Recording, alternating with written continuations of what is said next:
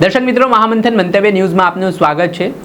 ભાવનગર લઠ્ઠાકાંડ એટલે કે ઝેરી વિદેશી દારૂ પીધા બાદ અત્યાર સુધી 6 લોકોના મૃત્યુ નિપજ્યા હોવાના મોટા સમાચાર મળી રહ્યા છે।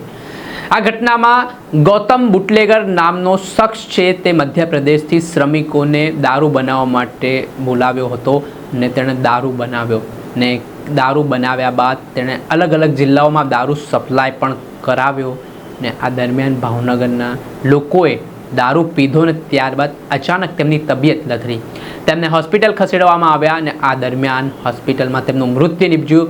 આવી રીતે એક બાદ એક લોકો ટપોટપ મૃત્યુ નિપજતા ગયા અને અત્યાર સુધી જે લેટેસ્ટ માહિતી મળી રહી છે તે મુજબ 6 લોકો મોતને ભેટ્યા છે અને 24થી વધારે લોકો સારવાર હેઠળ છે ને આ પરિસ્થિતિના પગલે હવે ગુજરાતભરની પોલીસ દોડતી થઈ છે અને આજે 300 જેટલી બોટલો દારૂની બનાવવામાં આવી હતી તે ઝેરી દારૂ સાબિત થઈ છે। મોતનું કારણ લોકોનું બની છે ને હાલ ભાવનગરમાં હાહાકાર મચી ગયો છે।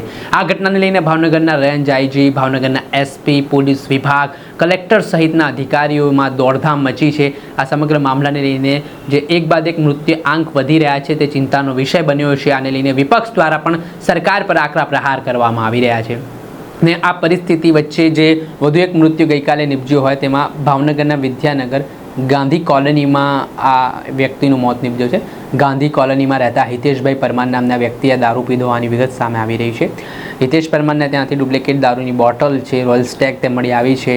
108 ટીમનો કાફલો તેમના ઘરે પહોંચ્યો હતો ને સૂત્રો પાસેથી માહિતી મળી છે તે મુજબ હિતેશ પરમાર સોનગઢની પ્રાથમિક શાળામાં નોકરી કરતા હતા ને હવે આ દારૂ પીધા બાદ જે ઝેરી અસર તેની શરૂઆત થઈ ને હાલ 24થી વધારે લોકો ઓબ્ઝર્વેશન હેઠળ સરટી હોસ્પિટલમાં સારવાર લઈ રહ્યા છે। પરંતુ આજે ઝેરી દારૂ પીધા બાદ હવે લોકો પર અસર થઈ છે ને ગુજરાતમાં આવો પ્રથમ કિસ્સો હશે કે જ્યાં વિદેશી દારૂ પીધા બાદ તેની આડઅસર થઈ ને આ દારૂ ઝેરી બન્યો અને લોકો મોતને ભેટી રહ્યા છે।